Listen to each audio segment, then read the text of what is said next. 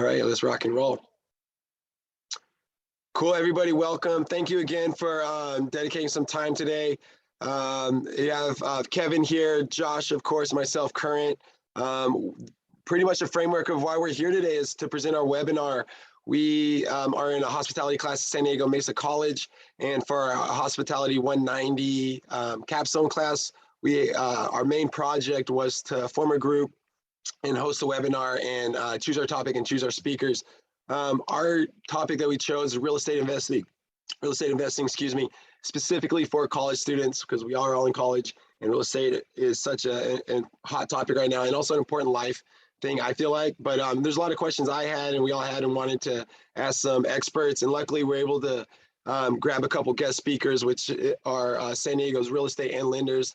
Out here is our guest speakers, Deven Ortiz and Chris Catania.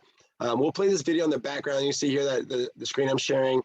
Pretty much real quick, some context here. Kevin and I, we met up with Deven and Chris at their office in Forest Ranch, and their office is the Home Avenue Collective, or the Avenue Home Collective.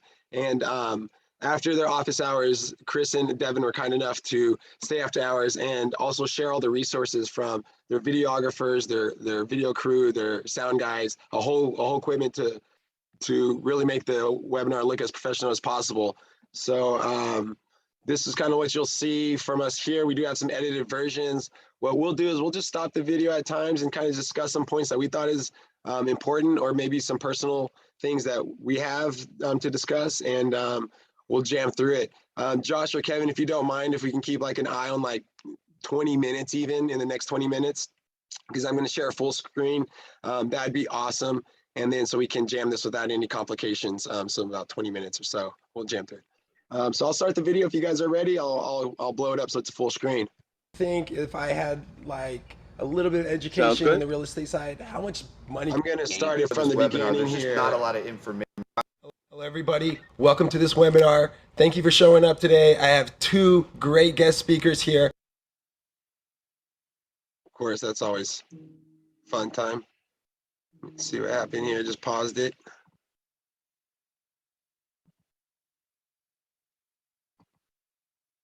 There we go. What's going on? Real estate. Coming on our economy when we already have density. Hello, everybody. Well, the huge mother of the. Hello, everybody. Welcome to this webinar. Thank you for showing up today. I have two great guest speakers here. I'm your host, Current Cockett, and our topic is real estate investing for college students. I'm going to let my guests take it away and introduce themselves. Hello, I'm Deven Ortiz, local real estate agent as well as investor, and we have Chris here, which is also within the real estate scope, which is a lender and real estate investor as well. We're going to show you what tips, tricks, and techniques we leverage to get into home ownership at an earlier age, so that then we could actually chase our dreams. We never recommend that you wait to buy. You should always buy and wait. And we're going to cover some of the topics that you could actually get in at an earlier age and allow these investments to pay dividends for you over time.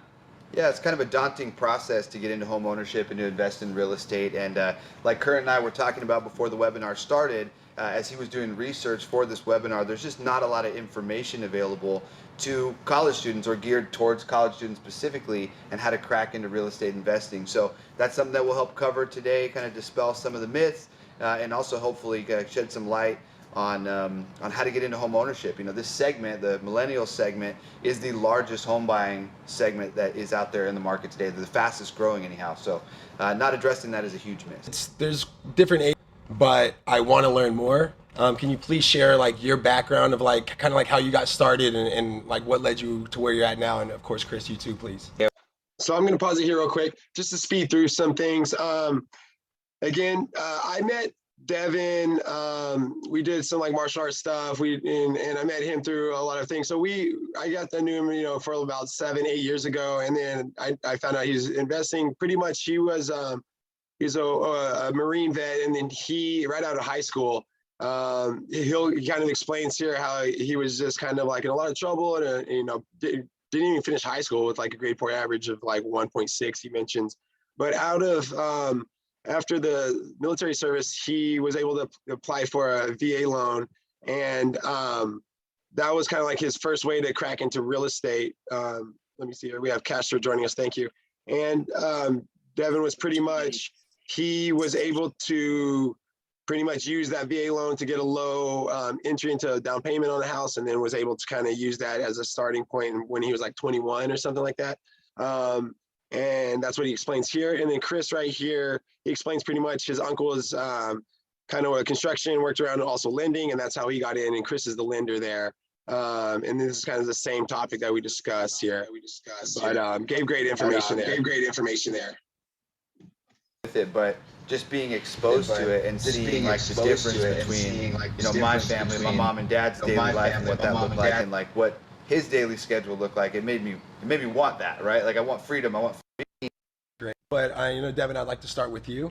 So this will be like kind of like the first question, our core questions. Mostly just wanted to get to know the speakers there, and that was kind of like their background. Here's the first question here. How can I get started, or what should I do to start if I'm in college, but I do want to obtain that real estate property? Should I buy the property first and learn later, or should I learn now and kind of try to, I guess, be real estate educated or financial literate in a sense, and then go and buy my first property?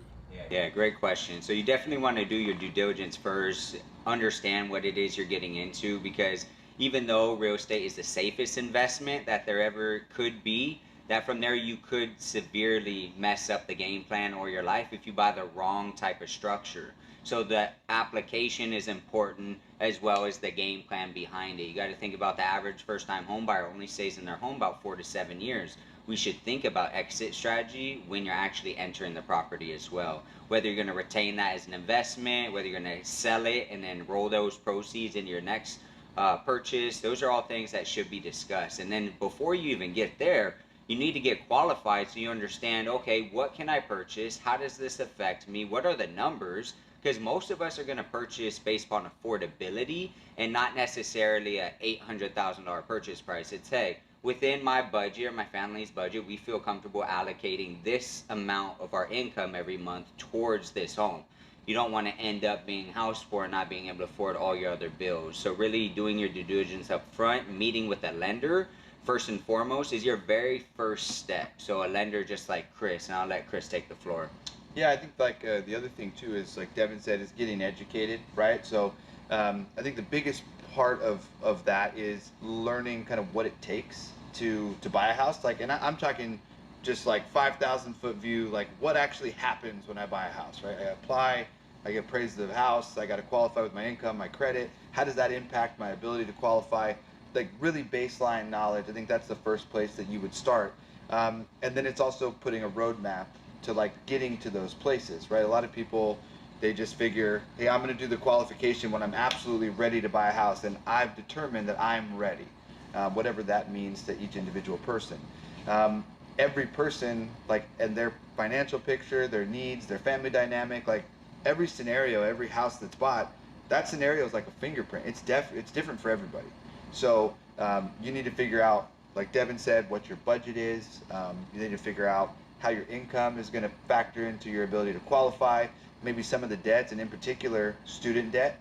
A lot of people that are going through college, because of the cost of education these days, are taking out more and more in student loans, and some of the pretty massive student loans that they're carrying after graduation, and knowing how that's going to impact you and how that's going to affect what options you might have is huge. Quick little pause there. I think that's a great topic right there. And that was kind of like, you know, definitely a big deterrent, I feel like, for anyone getting started is, you know, loans. Am I able to qualify for these loans? And student debt is really such a major issue that you see right now. And I feel like that makes it so hard for qualifying. That you hear so many stories from a lot of people. Yeah, and I feel like you know, for like student debt, that is such an important thing, because we need to take on that debt in order to move forward with our career. But you hear stories all the time, like they were able to apply for any loan or for home ownership loan because of those student debt. Oh yeah, that's definitely my case. I've been trying to apply for a loan for many years. And that's my biggest qualifier, is that because I'm not paying back my student loans, I'm still in college, that they can't qualify me for, or it's hard to find a lender who would qualify me for a mortgage.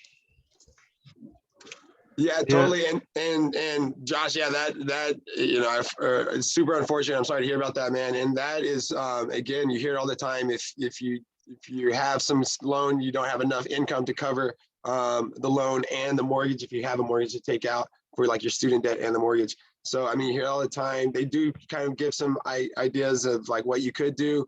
There is a lot of bit more lengthier and more like personalized specific things one person can do, but again, I think that's a really important topic, and especially now currently we have kind of like that student debt loan forgiveness kind of program that's kind of getting pushed around by the Biden administration. But that's just more, I think, would be very helpful once, if people are able to kind of eliminate some debt, they may be able to move forward and kind of, and starting to purchase their own home. But I thought that was an interesting topic there. Like That was said, all what good, type of everybody. property am I going to Yeah, for sure. situation where I'm gonna, be in a multiples, like a rental with multiple rooms, and I'm gonna house hack and rent some of those. I'm sure we'll talk about that in a little bit. But what does that look like? And all those questions need answers so that you can start the process. Now, to answer your question more directly, do I buy the house and learn later? There's a little bit of like getting in sooner than later that's actually going to take place too, because it's like anything else. Like you're not ever going to be 100% ready.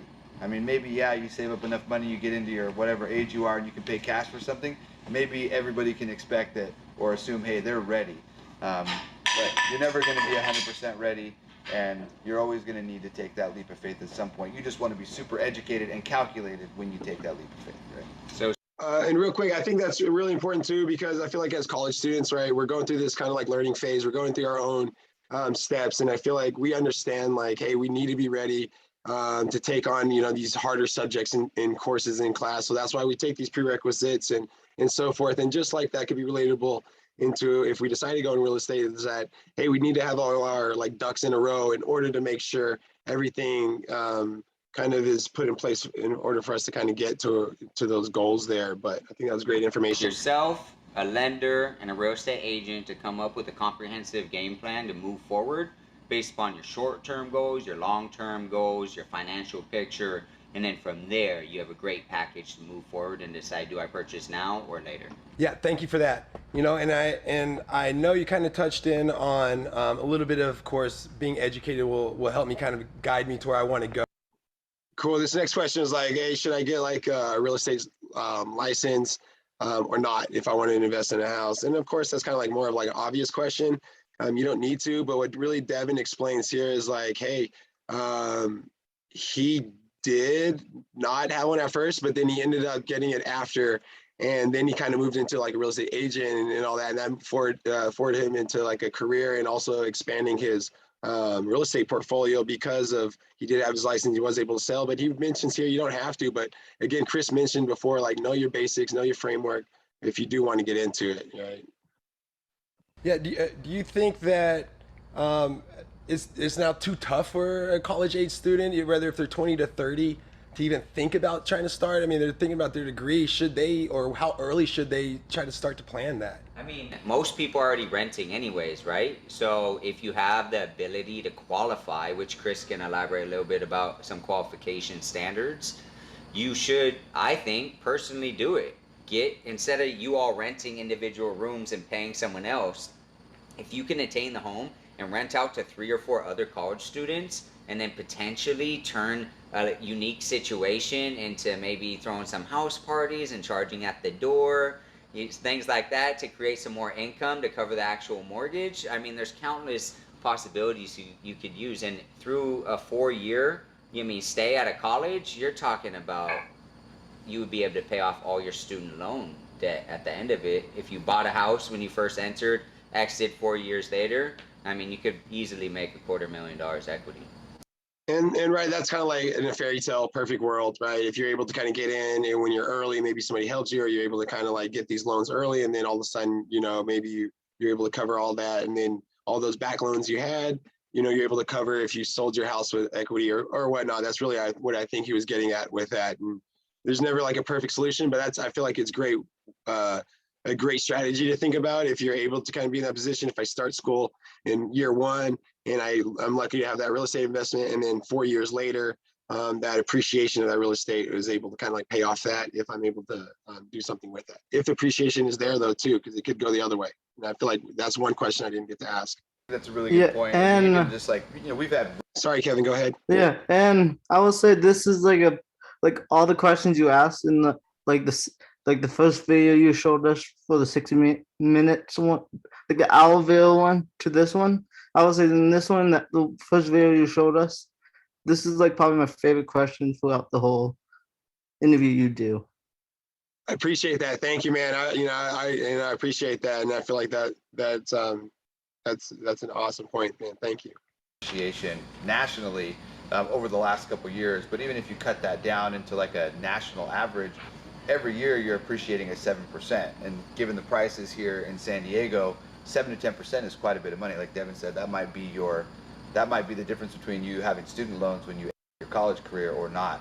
So I think that's part of it, and it absolutely could cost you money. I think the other thing that a lot of people aren't aware of is, we have this, I need 20% down, I have to have a job for 2 years. There's all these kind of misconceptions that are out there. Those are both myths. They don't really exist, right? So yeah, you need to have a history of working. So if you have a job, and I can put that together, your education is part of that 2-year history.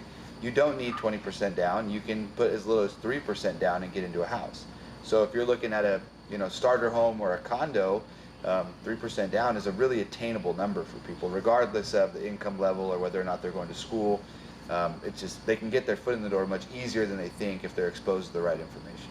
Got it. Thank you. So it's really just being educated first, making those right decisions, and collectively taking all that information that I learned from maybe that side of just learning more about real estate, and then kind of taking that leap of faith, like you mentioned, and really just trying to see if I qualify and go into that first property and get the ball rolling. Yeah, and there's nothing wrong with qualification. I tell people all the time, whether you're day one ready to go today or 2 years out, speak with the lender, myself, come up with that comprehensive game plan. Let's get an application submitted. So then from there you have an official roadmap that when Chris says you pay off this item, you clear this, you do this or that, you can hold him to it and say, hey, Mr. Lender, I did A, B, C, and D. Now it's time for you to do your job and get me qualified. Most people are navigating their own credit challenges by themselves when they're the ones that got themselves in a challenging credit situation as it is. So you need to have a guide when going through this process, because time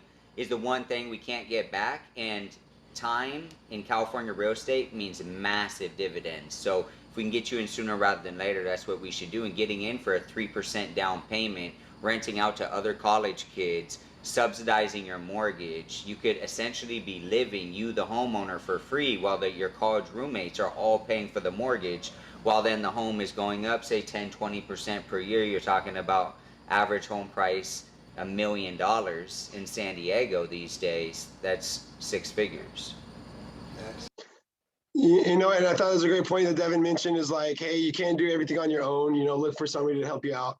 And I thought that was kind of like a hidden message in a way that college students can relate to as well, is that when we're going through our own degree, we're trying to figure out which classes to take, which roadmap do I want to get. And sometimes a lot of kids and people in general and college students, they pivot their degree or their major because they find out things aren't working the way they want, or they change like how they really view certain subjects, and that they stop pursuing because they changed their degree. And I feel like, it's like you need a counselor to kind of guide us on which classes to go through. So we look to those people that have a little bit more information to share with us. Same here, if we're trying to get kind of cracked into that real estate investing side, buying that property, of course we may qualify or have these certain things we have in mind, but is there actually like a game plan of what I can do now and action steps? And I think, of course, you want to see experts or people that that can give you that advice on how to get started. And I think this is a lot of that for sure. Well, it sounds like what they're saying is, instead of waiting until you have the money or waiting until you feel like you're going to be ready, because you're not ever going to feel like you're 100% ready, speak to a lender now, get a game plan going, because you can create a goal, short-term and long-term, to where, okay, so in the short term, I need to save up 3% of the house that I want to buy. And then looking at your credit, okay, maybe I need to fix this on my credit in order to get the best rate, or like they can help you getting, it sounds like it's just better just to talk to a lender first, set up a game plan, and then start knocking off everything on your checklist. Yeah, totally. I think because you went through those steps before, Josh, you have a little bit more of like an awareness of like what needs to happen, or who to see, or who to talk to. And some people don't even know what they should or where to start. And I think you're right. You nailed it. You kind of got to be able to get all those, talk to someone that can give you that loan, make sure, you have the credit to, to supplement that loan, and then move forward on trying to find the place. And those are all basic stuff. And then, since about kind of like that, because maybe you have spoken and gone to some people, I think also a big thing that I didn't get to ask was, it's kind of shameful, right? If you go to somebody, a lender, personal finances are kind of like a taboo in some sense to some people. And if as like a young kid or an older college student, right, you go to these lenders and you want to see if you can apply for a house, and then all of a sudden they're like, nah, this or that, and you just feel like not devalued in a way, but you're like, oh man, I went through all that, and now what was it worth it? I think yes, you're able to know, yes, I'm applied, or no, I'm not. And if I'm not, what do I need to do if I want to get there? And I feel like that's just individual, and the person is their own individual goals. And but I think you're right, Josh. And a lot of people haven't even gone through those motions yet, or even getting qualified or knowing if they qualified, man. If you went through that, that's a process I feel like a lot of people haven't even, gone through. And I think that's the biggest thing, is just even trying, no shame in the game. But I feel like that also stops a lot of people, is like, no, I don't want to see if I qualify, because I feel like I don't. I don't even want to be, I don't want to be like shameful of like if I get turned down or something, right? But I'll move on here. We'll speed it through. You're talking about average home price $1 million in San Diego these days. Right, crazy. Because we haven't addressed certain credit issues. But if you give me more of a runway, or you give yourself more of a runway, you can fix those problems while you're preparing to enter home ownership. So, awesome. Or come up with a specific type of property and structure that meets your needs, in order for you to come up with an investment idea, or a way that you could leverage one property over another to get increased rents to subsidize a whole mortgage. So it gives the real estate agent enough time to go and locate those type of properties and be proactive instead of reactive. Because when you're reactive in a market like this, you're in America. It's the richest land with the most opportunity, and you're in America's finest city for a reason. So talk about the demand. There's always going to be a demand for one to move to sunny San Diego.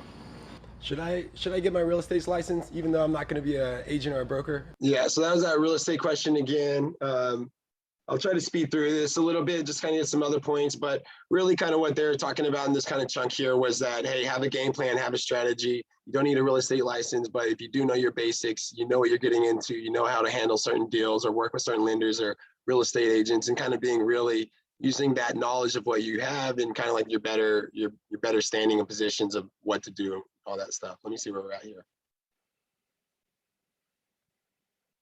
And that's a lot of the value, along with, hey, I have a proven track record, I've been doing this for X amount of years, I've done hundreds of transactions.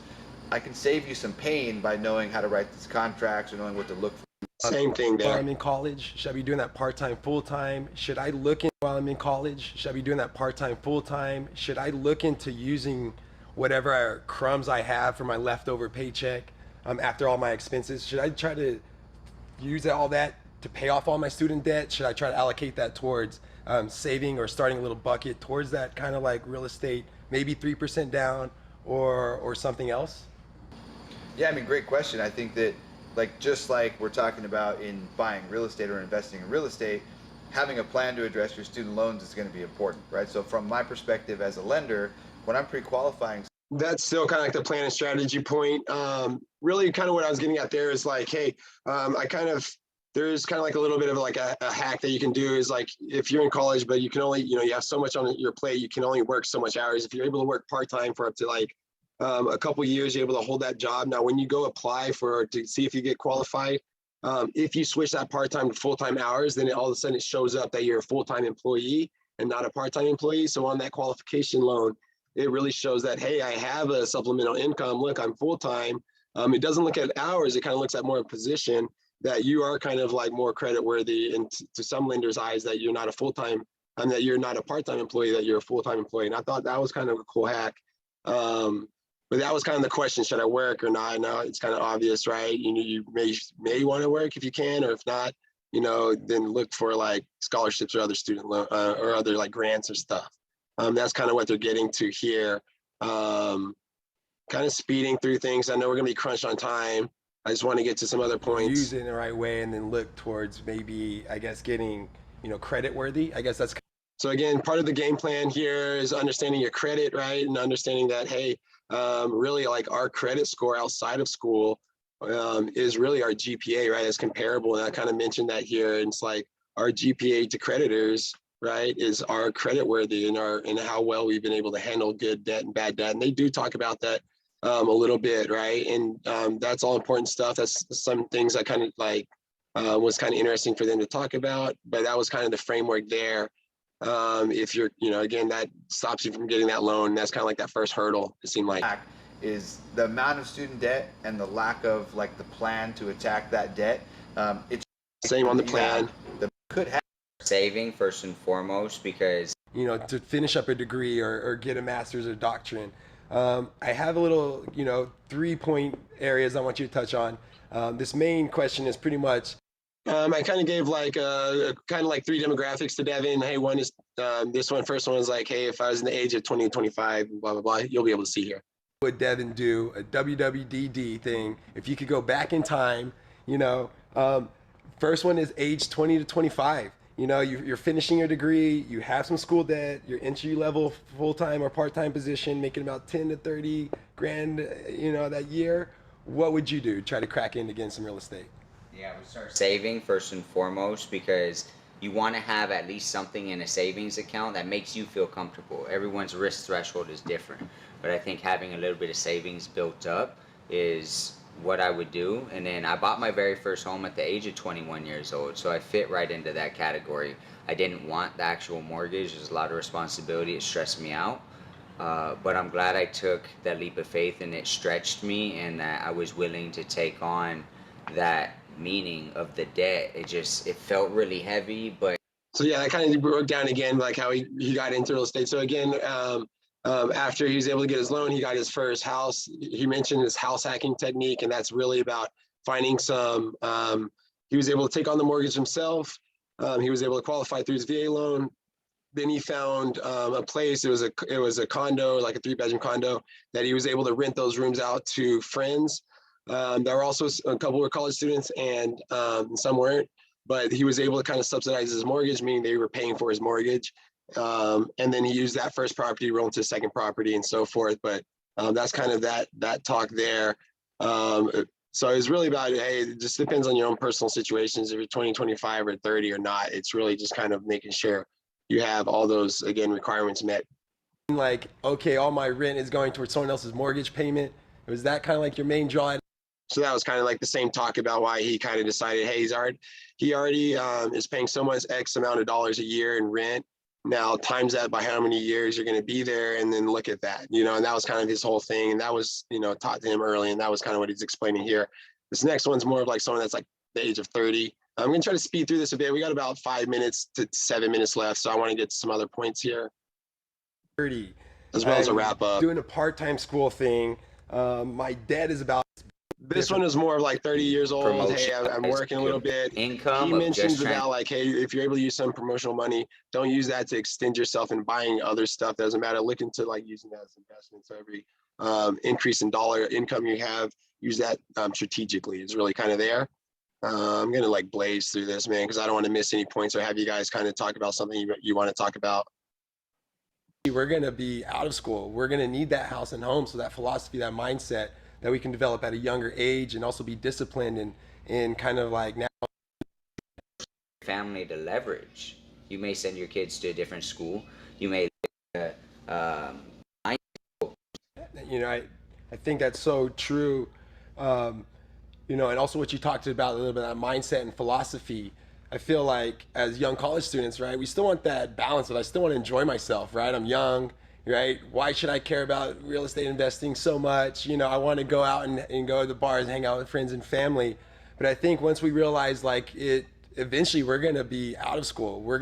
Yeah, cool. So that was kind of like the same thing, just about down that mindset, man. If you're able to kind of like, if you want what you want, you'll go get it. And if you want to go get it, you'll kind of find ways. And this is definitely one particular thing is like, hey, of course you're young, you want to enjoy life. There is a trade-off to everything. And everybody has their own personal trade-offs. Sometimes you look back and wish you would have done this or that differently. And those regrets, I think, is what eats us inside. And I feel like if you know what you want, you go get it. If you don't, you figure it out sooner enough. And this is just kind of that one segment part here. Let me see here, guys. Beach or Oceanside, which is one of 2 coastal. So this was kind of like a hidden tip. I wanted to know what was some kind of like hidden tips on like some real estate stuff. Deven here mentions that, hey, there's 2 places in San Diego that are the cheapest coastal communities south of San Francisco, and they're in San Diego, and that is Oceanside and Imperial Beach. Just a little tip for you guys. And he talks about the expansion of those communities and real estate opportunity growth. He dropped some hidden nuggets here. So there's some other stuff here. I wish we had more time, but we're crunching down. Versus people like that to rent from you as well. And then any type of university, you're going to have faculty, you're going to have. So he's talking about areas to look for, hospitals, right? Universities, military, places like that where you'll have these kind of like high renter demand spots, right? And that's kind of like what he's mentioning here. Coastal communities south of San Francisco. That's there we go. They're investing heavily in these communities, aesthetics, bonds, things for the people. The members where there's government housing and base housing is that soil, rock, and level out that topography to be able to build homes and what it is you want to do later on in life. I've been able to create a real estate portfolio valued at over $3 million along with Chris, because we teach. Ours is combined at over $6 million, utilizing 0 down loan products, and then leveraging our properties, collecting rental income, and then leveraging properties to attain more over time. Nice. That is some value. So there's just some strategy points that he was giving here. Purchase by one of these hospitals that are. Yeah, and talking about infrastructure growth, right? If like, hey, if they break down an old hospital, they got to build a new one. That new one will have all new facilities and everything, and that will bring in new community growth. That was kind of another topic he pointed out, and he was mentioning places in certain particular areas.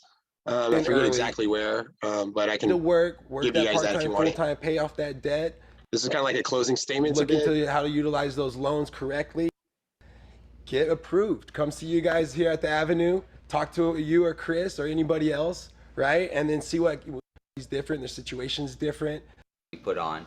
Once you then leave that presentation, you're going to have a lot better bearings about you. You're going to understand kind of the framework in the court or the mat space that you're playing in, right? Then once that happens, we get you pre-qualified. Because we're going to then get you pre-qualified to then link back with them. Hopefully add to my real estate portfolio. Yeah, because once you actually have your qualification, then we could talk about information. And I know this stuff is Instagram at Deven Ortiz. All right, here's a closing statement. I just want to end it with so we can end here real quick. You want to say, I'm going to give you the last words, the last outro. Please take it away.